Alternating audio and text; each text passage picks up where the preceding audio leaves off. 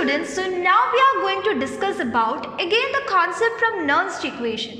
जैसे हम लोगों ने लास्ट वीडियो के अंदर नर्न्स्ट इक्वेशन यूज करके इक्विलिब्रियम कांस्टेंट की वैल्यू फाइंड आउट करना कैसे आसान होगा वो हमने देखा, right, how the E naught cell is related to the equilibrium constant. So in this video we are going to discuss about the electrochemical cell and the Gibbs free energy. Yes, we all know that is what is Gibbs free energy, जो हमने thermodynamics में बहुत अच्छे से पढ़ा है. Even we have discussed it in surface chemistry also. So यहाँ पे हम लोग जो डिस्कस करने वाले हैं that is we are going to relate Nernst equation and Gibbs free energy. Okay. तो नर्न्स्ट इक्वेशन का इतना ज़्यादा यहाँ पे नहीं है, but we are going to understand कि कोई भी सेल का सेल और गिब्स फ्री एनर्जी का क्या रिलेशन है. ओके, फर्स्ट ऑफ ऑल ऐसे जैसे कि हम लोग को कभी भी कोई सेल यूज़ करके बताना होता है, तो यहाँ पे भी जैसे मैं डैनियल सेल यूज़ करूँ, आप कोई भी सेल के एग्जाम्पल यूज़ करके पता कर सकते हैं. So what we are going to discuss in this video that we are going to discuss about that is electrochemical cell, electrochemical cell and Gibbs free energy. You all know that Gibbs free energy किससे दिया होता है, right. Okay, सो हम लोगों को यहाँ पे ऐसे भी हम कह सकते हैं कि हम लोग जो है we are going to discuss about what we are going to discuss the relationship between Nernst equation and Gibbs free energy, क्योंकि हमें पता है what does the Nernst equation give. Nernst equation actually gives what the relation of to find out EMF of a cell at any concentration. Okay, हम इसको समझ लेते हैं कि एक्चुअली कॉन्सेप्ट यहाँ पे क्या है. जैसे हम लोग एक सेल ले लेते हैं, जैसे हम हर बार एक इलेक्ट्रोकेमिकल सेल यूज़ करते हैं इस चीज़ को एक्सप्लेन करने के लिए.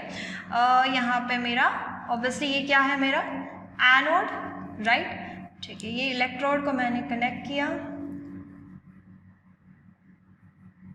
कैथोड के साथ, राइट, और यहाँ पे बीच में क्या आएगा, सॉलिड ब्रिज. फाइन. और ऑब्वियसली यहाँ पे क्या होगा, इसकी पर्टिकुलर इलेक्ट्रोलाइट सॉल्यूशन होगा and this is your cathode. Fine. So as we know that this is the anode and this is the cathode and we know that जैसे यहाँ पे अगर हम बात करते हैं, ये जिंक की बात करें, ये जिंक है और ये आपका कॉपर है. हम डैनियल सेल की बात कर लेते हैं. तो as we know that कि जब ये सर्किट क्लोज हो जाता है, राइट, जब मैं कह रही हूँ कि सर्किट क्लोज है, तो we know that the electrons are flowing in this direction, right.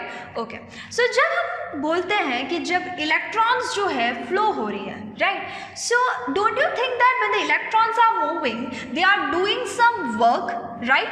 जब इलेक्ट्रॉन्स ऐसे इस तरफ की तरफ मूव करे तो वो कुछ काम कर रहे हैं, तो वो जो कुछ काम कर रहे हैं उसको हम लोग क्या कहते हैं, that is called as electrical work. So हम इलेक्ट्रिकल वर्क किसकी बात कर रहे हैं, when the electrons are moving from anode to cathode, so they are doing some work and that work is called as what, electrical work. तो actually जो electrical work जो इसने इलेक्ट्रॉन ने किया है वो किस पे डिपेंड करता है. जब आपको कैलकुलेट करना होता है what is the electrical work that has been done. अब थोड़ा बहुत आइडिया आया होगा क्योंकि गिब्स फ्री एनर्जी क्या होता है, what is Gibbs free energy, that is a maximum useful work that can be done. Okay, तो हम इलेक्ट्रिकल वर्क जो होता है वो किस पे डिपेंड करता है, it depends upon what, it depends upon charge that has been, यहाँ पे कितने चार्ज फ्लो कर रहे हैं सर्किट के अंदर, और दूसरा उसका इलेक्ट्रिकल पोटेंशियल, या फिर क्या कह सकते हैं हम लोग, EMF भी कह सकते हैं, ठीक है, या फिर आप कह दो कि E सेल, ठीक है, हम EMF of the cell find out कर रहे हैं. तो ये जो इलेक्ट्रिकल वर्क इसने डन मतलब इलेक्ट्रिकल वर्क इसने जो डन किया है by the electrons, it is given by what, it is given by the product of charge. What is charge? That is, you can write charge multiplied by the E cell, or you can say the electric that is energy that has been transferred per charge, एक charge transfer करने के लिए जो energy use की, या फिर आप electrical potential भी कह सकते हैं, ठीक है। तो आपको ये चीज़ें यहाँ पे मिल गई। जो इलेक्ट्रिकल वर्क जो है किस पे डिपेंड करता है, charge multiplied by EMF of the cell और ई सेल। तो ये जो है ये डायरेक्टली आपके एनसीईआरटी में एक लाइन में दी गई है, what is electrical work that has been done in 1 second is the product of charge and electrical potential. Okay, now electrical work is equal to charge into E cell तो कहा। अब हम लोगों ने नर्न्स इक्वेशन में, हमारे पास नर्न्स इक्वेशन था जहाँ पे हम लोगों ने कहा equation, let us write the equation only. तब हम लोगों ने क्या कहा, E M F of the cell is equals to E not cell minus 2.303 RT upon N F log of, suppose I am writing the reaction quotient, यहाँ पे कोई reaction हो रहा है, मैंने क्यू लिख दिया, that is your reaction quotient. Okay, तो हम यहाँ पे जो एन एफ यूज़ करते हैं, राइट। तब मैंने कहा था जो एफ की वैल्यू होती है वो फिक्स्ड होती है, और एन क्या होता है, नंबर ऑफ इलेक्ट्रॉन्स गेन्ड और लॉस्ट। और जैसे मैंने कहा जो electrical work that has been done by this during the movement of this electrons depends upon charge. तो इसके अंदर चार्ज क्या है वो कैसे फाइंड आउट कर सकते हैं, जो चार्ज जो है that is your N F, ठीक है। जो यहाँ पे आप n multiplied by Faraday's constant जो लिखते हैं उसको ही हम क्या कहते हैं, इतना चार्ज यहाँ से फ्लो हुआ है। तो इसको भी थोड़ा अच्छे से समझ लेते हैं कि जो चार्ज की हम बात करने वाले हैं, जैसे हम रिएक्शन लिखते हैं, जिंक जो है वो क्या करता है, Zn+2 ही इलेक्ट्रॉन्स देता है, राइट। और कॉपर क्या करता है, वही इलेक्ट्रॉन्स को गेन करके Cu बनाता है, और ओवरऑल हमारा इक्वेशन हो जाता है क्या, Zn plus Cu+2 gives Zn+2 plus Cu।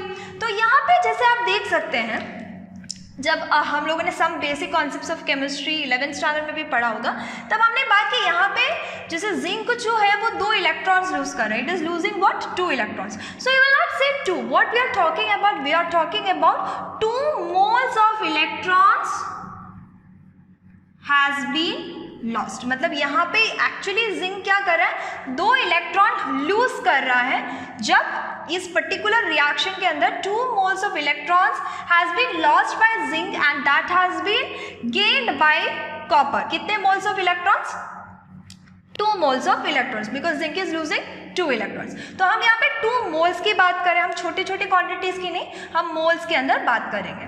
Now as you know that कि अब यहाँ पे जो फैराडेज कांस्टेंट होती है, इसकी वैल्यू एक्चुअली जो होता है फिक्स्ड होता है। एक इलेक्ट्रॉन जो होता है वो कितना कैरी करता है, इट एक्चुअली कैरीज 96500 कूलम जितना। जैसे यहाँ से एक इलेक्ट्रॉन पास हुआ तो वो एक इलेक्ट्रॉन कितना चार्ज कैरी कर रहा है, दैट इज 96500 कूलम। और ये जो वैल्यू है 96500 कूलम, इसको हम लोग क्या कहते हैं, Faraday's constant which is denoted by F। इसको हम क्या कहते हैं, Faraday's constant. So that's why we have explained that what is Faraday's constant, that is the charge carried by 1 mole of electrons, right। तो ये एक इलेक्ट्रॉन का charge इतना है, जैसे यहाँ पे 2 मोल्स की बात कर रहे हैं तो 1 मोल ऑफ इलेक्ट्रॉन्स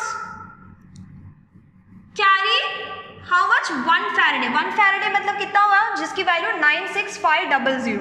अगर मैं 2 मोल ऑफ इलेक्ट्रॉन्स की बात कर रही हूँ तो कितना, 2 फैराडे जितना चार्ज वो कैरी कर रहा है। Okay, so that is all about, you have to remember about what, charge. हम चार्ज की बात कर रहे हैं। और ई सेल तो आपको पता ही है कि आप कैसे कैलकुलेट करते हैं, जो भी इलेक्ट्रिकल पोटेंशियल डिफरेंस होता है वो आपको कैलकुलेट करना आता है, राइट। तो ई सेल तो आपको वैल्यू जैसे न्यूमेरिकल सॉल्व करोगे तो वहाँ पे दिया होता है। अब हमें पता है जैसे प्रोग्रेस ऑफ द रिएक्शन होते हैं, जैसे यहाँ पे इलेक्ट्रिकल वर्क की बात की है, तो यहाँ पे ये भी हमें पता है कि chemical energy is being getting converted into what, into electrical energy. तो जैसे यहाँ पे जो इलेक्ट्रॉन्स की फ्लो हो रही है, दैट द फ्लो ऑफ, यहाँ पे जो फ्लो ऑफ इलेक्ट्रॉन्स हैं, द फ्लो ऑफ इलेक्ट्रॉन्स यहाँ पे from anode to cathode is actually what, it is spontaneous. यहाँ पे इलेक्ट्रॉन्स एक्चुअली स्पॉन्टेनियस हो रहा है। और हम लोगों ने पढ़ा है थर्मोडायनामिक्स के अंदर, जब भी हम कोई स्पॉन्टेनियस रिएक्शन की बात करते हैं, वहाँ पे obviously there is a change in what, Gibbs free energy. So when we are talking about a spontaneous reaction, there will be always change in what? Gibbs free energy. There will be a change in Gibbs free energy. Okay, so there is a change in what? Gibbs free energy. अब हमने जैसे कहा कि यहाँ पे ये जो Gibbs free energy है, एक्चुअली ये रिएक्शन की बात कर रहे हैं, तो हम गिब्स फ्री एनर्जी कैसे देते हैं? Delta R G, that is change in Gibbs free energy की बात कर रहे हैं. तो अगर व्हाट इज, ये आप नोट डाउन कर लो, जिसको अच्छे से थर्मोडायनेमिक्स आते हैं उसको तो ये कॉन्सेप्ट तो पता ही है. What is delta G? That is maximum useful work from a reaction. कोई भी रिएक्शन में से जो मैक्सिमम जो work that can be done, the maximum work that can be done, maximum useful work that can be done is given by what? Delta G. अब जैसे मैंने कहा कि ये रिएक्शन जो है वो स्पॉन्टेनियस है, तो आपका डेल्टा आर जो जी है वो क्या होगा? नेगेटिव होगा, क्योंकि ये क्या है? स्पॉन्टेनियस है. और ऑब्वियस बात है, ये स्पॉन्टेनियस है मतलब क्या है? This chemical energy is getting converted into electrical energy. और स्पॉन्टेनियस रिएक्शन के लिए हमेशा आपकी डेल्टा जी की वैल्यू क्या होनी चाहिए? नेगेटिव होना चाहिए. तो जैसे मैंने कहा कि जो डेल्टा जी होता है, what is it actually? Delta G for N, suppose we are calculating for this electrode reaction, तो डेल्टा जी यहाँ पे क्या है? The maximum useful work that can be done, and as I said this is spontaneous reaction, so obviously there will be change in Gibbs free energy. So आप यहाँ पे जो electrical work done जो हमने ये फॉर्मूला लिखा है उसके बदले आप क्या लिख सकते हैं? Delta R G, that is the maximum electrical work that can be derived from this particular cell is equals to what? Charge multiplied by EMF of the cell और electrical potential. बट जैसे मैंने कहा ये reaction जो है वो spontaneous है, तो ऑब्वियसली नेगेटिव चार्ज आएगा.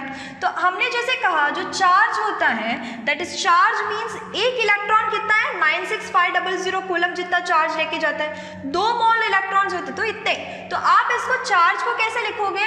That is number of electrons multiplied by एक इलेक्ट्रॉन कितना चार्ज कैरी कर रहा है, सो दैट इज NF. तो अब आपको समझ आया नॉन्स इक्वेशन में जो NF होता है, that is number of electrons gained और loss multiplied by what is? This is Faraday's constant, जिसकी वैल्यू क्या होती है? 96500. ये एक्चुअली डिराइव्ड वैल्यू है, ठीक है. अब ये आप खुद भी कैलकुलेशन करके डिराइव कर सकते हैं. Minus NF multiplied by E cell. तो आपके पास ये इक्वेशन है. अब ये इक्वेशन को ही आपको क्या करना है? यूज करना है for your calculation. So put it as number 1. So this is what the maximum useful work or the maximum useful electrical work that can be done from a cell is given by delta RG, that is your Gibbs free energy.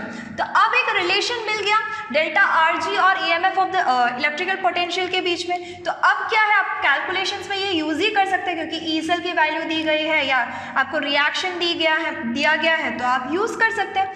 यहाँ पे जैसे मैंने कहा बहुत ज़्यादा important क्या है, ये n की value, that is very important. जो चार्ज होती है वो बहुत ज़्यादा इम्पॉर्टेंट है. Okay, so one more thing, जैसे मैंने कहा ये ई सेल की बात करें, अगर हम बात करते हैं स्टैंडर्ड कंडीशंस की, तो स्टैंडर्ड कंडीशंस मतलब क्या हुआ, आपका कॉन्सेंट्रेशन जो है वो जो है 1 मोलार दी गई है, सब कुछ स्टैंडर्ड कंडीशंस के अंदर हो रहा है. तो आप उस टाइम पे क्या लिख सकते हैं? Delta, that is standard Gibbs free energy is equals to minus NF multiplied by E not cell. ये भी रिएक्शन, ये भी इक्वेशन को आप क्या कर दो? बॉक्स कर दो. ये भी आपको कैलकुलेशंस में यूज करनी है. So what is this delta? This is your standard Gibbs free energy. Okay, now इस इक्वेशन से और क्या है, एक और चीज आपको बहुत अच्छे से ध्यान रखना है. जैसे मैंने यहाँ पे कहा जो n है, जैसे यहाँ पे n की वैल्यू क्या होती है? 2 होती है, क्योंकि वो 2 इलेक्ट्रॉन्स लॉस करे, तो n की वैल्यू क्या होगा? 2 मल्टीप्लाइड बाय f की वैल्यू 96500. ठीक है, फाइन. नाउ यहाँ पे one more thing that you need to remember is that कि ये जो डेल्टा जी जो होती है और ई सेल जो होती है, ई सेल जो है it is N intensive parameter. आपकी जो ई सेल की जो आप बात करते हैं यहाँ पे, ई सेल जो है it is N intensive parameter, it is intensive parameter, जैसे आपने थर्मोडायनेमिक्स में पढ़ा है, राइट। और आपकी जो ये डेल्टा जी जो आप बात कर रहे हो it is an extensive parameter, it is what, it is an extensive parameter. So जब वो एक्सटेंसिव पैरामीटर है so it depends upon, it actually depends upon what, actually depends upon the value of n, किसकी value पे, n की value पे वो depend करता है। तो ये पॉइंट्स को प्लीज आप नोटबुक में नोट डाउन करना कि जो ई सेल होती है that is an intensive parameter and delta G जो है एक्सटेंसिव पैरामीटर है, तो इसलिए डेल्टा जी की वैल्यू जो है n पे डिपेंड करता है। तो ये दो इक्वेशंस जो है ये बहुत ज़्यादा इंपॉर्टेंट है। और एक चीज़ जो हमें डिस्कस करनी है कि इसमें से हम लोगों को क्या यूज़फुलनेस है, जैसे ये कैलकुलेशंस में तो हम पता चल गया और हमें पता है कि हम गिब्स फ्री एनर्जी जो है इन ई सेल हमें पता है, तो हम गिब्स फ्री एनर्जी भी कैलकुलेट कर सकते हैं, right. So in the last video we have discussed about the relationship between E cell and equilibrium constant. This is a relationship between E cell and what, Gibbs free energy. अब दूसरी चीज़ क्या है, this reaction, this formula will also tell you about what, it will also tell you about the feasibility of a reaction.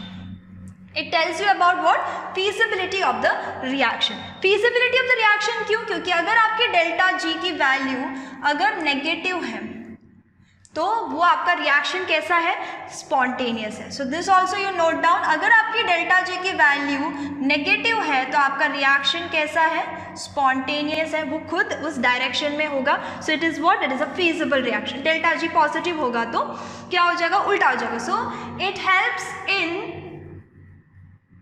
Predicting the feasibility